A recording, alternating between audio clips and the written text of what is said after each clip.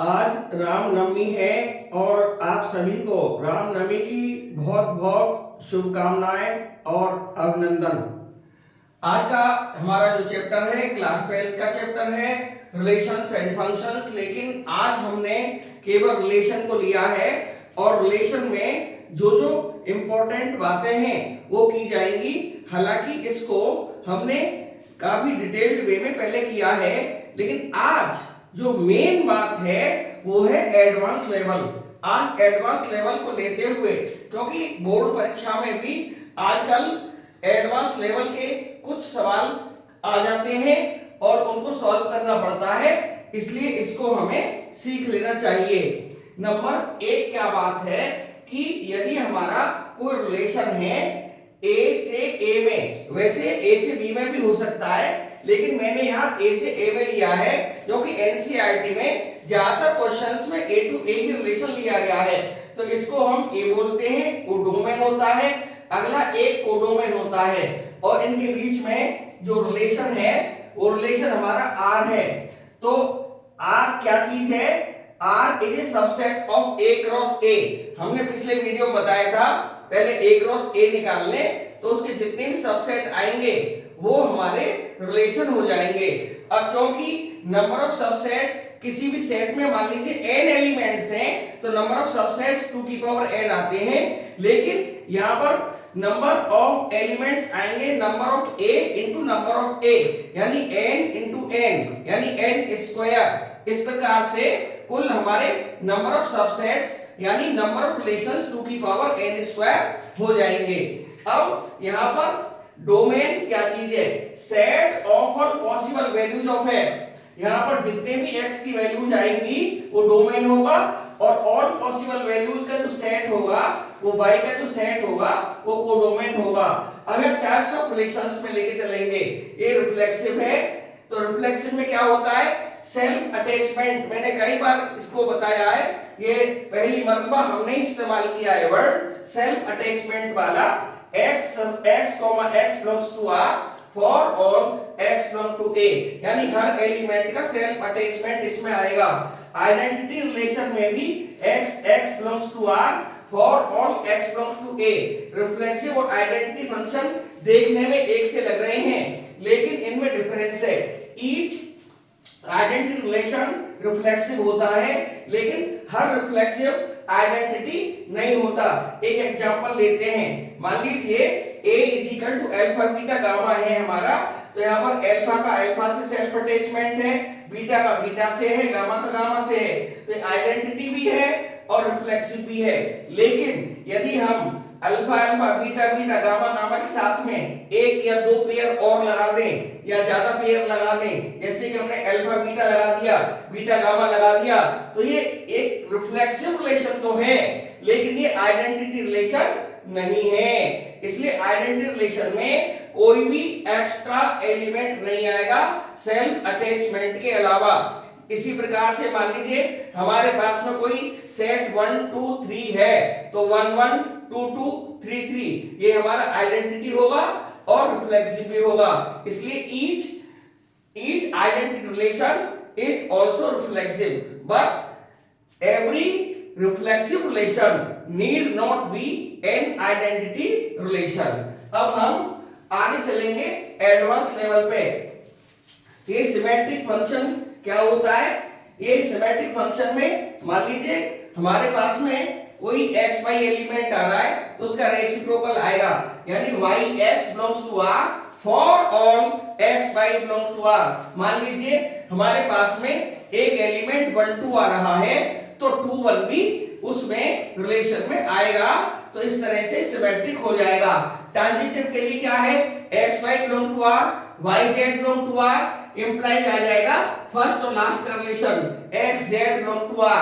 मान लीजिए हमारे पास में कोई सेट है अल्फा बीटा गामा, तो अल्फा का बीटा से, बीटा का गामा से और अल्फा का गामा से, यानी फर्स्ट अल्फा और लास्ट गामा, ये रिलेशन हो जाएगा। यानी पहला वाला एलिमेंट x और लास्ट का एलिमेंट z, यानी पहला वाला जो पेयर है उसका पहला वाला एलिमेंट और बाद वाला जो पेयर है उसका लास्ट वाला एलिमेंट X Z इस तरह से बिलोंग कर जाएगा R को। इसके बाद में हमारा इक्विवेलेंस रिलेशन आता है। If a relation is reflexive, symmetric and transitive, या ये कहें रिफ्लेक्सिव आइडेंटिटी भी हो सकता है, क्योंकि each identity relation is reflexive, तो रिफ्लेक्सिव को हटा के हम आइडेंटिटी भी लिख सकते हैं, आइडेंटिटी, सिमेट्रिक एंड ट्रांजिटिव। यदि इस तरह से तीनों हो जाते हैं तो हमारा इक्विवेलेंस रिलेशन प्रूव हो जाएगा। अब जो मेन चीज है, ये कॉम्पिटिटिव भी है और कभी कभी ये बोर्ड एग्जाम में भी आ सकता है, संभावना कम है लेकिन कह नहीं सकते, आजकल पेपर ऐसे ही आ रहे हैं। To find number of numbers of relations, पहली बात में तो नंबर निकालना हमको और उसके बाद में नंबर ऑफ रिलेशंस निकालना। तो सबसे पहले मान लीजिए किसी सेट में n एलिमेंट्स है, that is number of a is equal to n है, तो हमारे पास में तो नंबर ऑफ रिलेशंस आएंगे 2 की पावर n स्क्वायर। क्यों? क्योंकि R is a subset of a cross a and subset का मतलब नंबर ऑफ सबसेट्स कितने आ जाएंगे, 2 की power number of elements in a cross a, और a क्रॉस a में n स्क्वायर एलिमेंट है और 2 की पावर n स्क्वायर लगाएंगे तो हमारे पास में कुल मिलाकर नंबर ऑफ रिलेशंस आ जाएंगे। ये पूछा जा सकता है, ये तो है एनसीईआरटी में है ये, लेकिन नंबर ऑफ रिफ्लेक्सिव रिलेशंस ये कॉम्पिटिटिव बनता है। यहां से ये आएगा 2 की पावर n स्क्वायर तो है, ये तो 2 की पावर n स्क्वायर है, n स्क्वायर में से सिर्फ n माइनस कर देना है तो नंबर ऑफ रिलेशंस आ जाएंगे, क्योंकि जो नंबर ऑफ रिफ्लेक्सिव रिलेशंस होंगे वो तो कम ही होंगे टोटल से, क्योंकि इसमें सेल्फ अटैचमेंट होगा या एक दो पेयर और आ सकते हैं, कम ही आएंगे तो n माइनस का कर देंगे तो नंबर ऑफ रिफ्लेक्सिव रिलेशंस आ जाएंगे 2 की power n square minus n। Number of symmetric relations आएंगे, यहाँ पर n स्क्वायर है, यहाँ माइनस है, यहाँ प्लस कर देंगे n और बाई 2 और याद कर लेना है तो नंबर ऑफ सिमेट्रिक रिलेशंस आ जाएंगे। नंबर ऑफ ट्रांजिटिव रिलेशंस का कोई जनरल फॉर्मूला अभी तक रिसर्च नहीं हो पाया है, तो no general formula, but for small values of n, लेकिन एक नंबर ऑफ एलिमेंट्स काफी कम है, छोटी वैल्यूज हैं, तो हम इसको याद कर सकते हैं, it can be remembered only.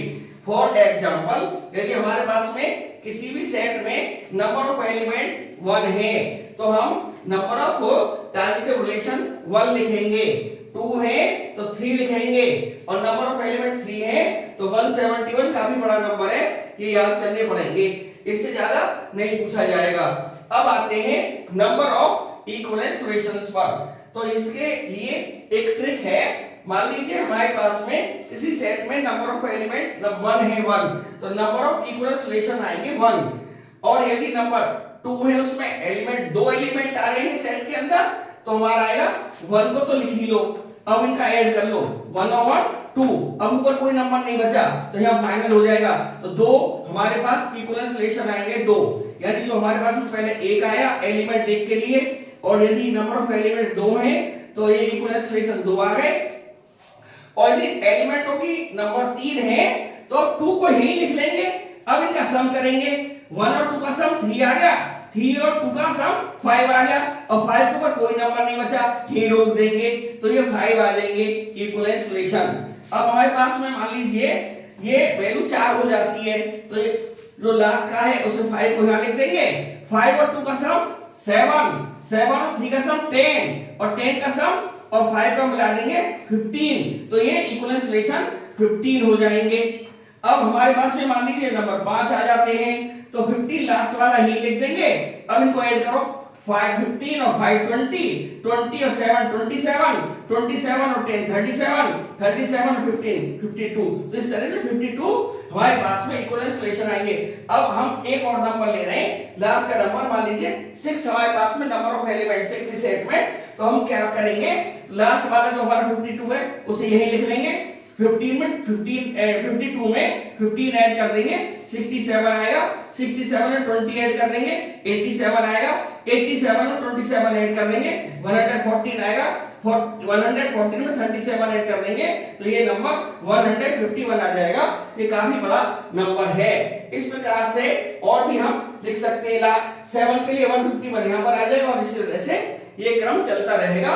इस प्रकार से हमने आज के इस शॉर्ट वीडियो में आपकी सुविधा के लिए ये एडवांस लेवल लिया है। अगले वीडियो फिर मिलेंगे, लेकिन चैनल को सब्सक्राइब करते रहें और चैनल को लाइक करें और कोई भी कमेंट है तो दें, हम उसका हार्दिक स्वागत करेंगे। धन्यवाद।